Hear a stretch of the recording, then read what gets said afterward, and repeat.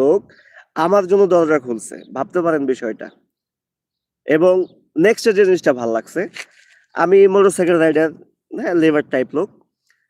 আমি পানি নিছিলাম, বাকলা থেকে পানি নিছি, দোকান থেকে পানি নিয়ে আমি পানি খাইছি। পানি খাওয়ার পরে আমি বোতলটা ফালাই দিছিলাম আমার মোটরসাইকেলের পিছনে, খেয়াল করবেন।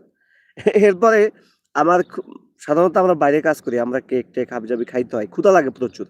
আমাদের তো সিস্টেম হচ্ছে রেস্টুরেন্টে ঢুকলেই আমাদের ক্ষুধা লাগে। রেস্টুরেন্টে এত ভালো ভালো খাবার, এত ভালো ঘ্রাণ, আমরা রেস্টুরেন্টে ঢুকলে আমাদের ক্ষুধা লাগে। আর তাছাড়া এই যে আমার যে পেটটা আছে, অলওয়েজ আমার পেটে খিদা থাকে। তো আর ভালো খাবারের ঘ্রাণ পেলে তো কথাই নেই।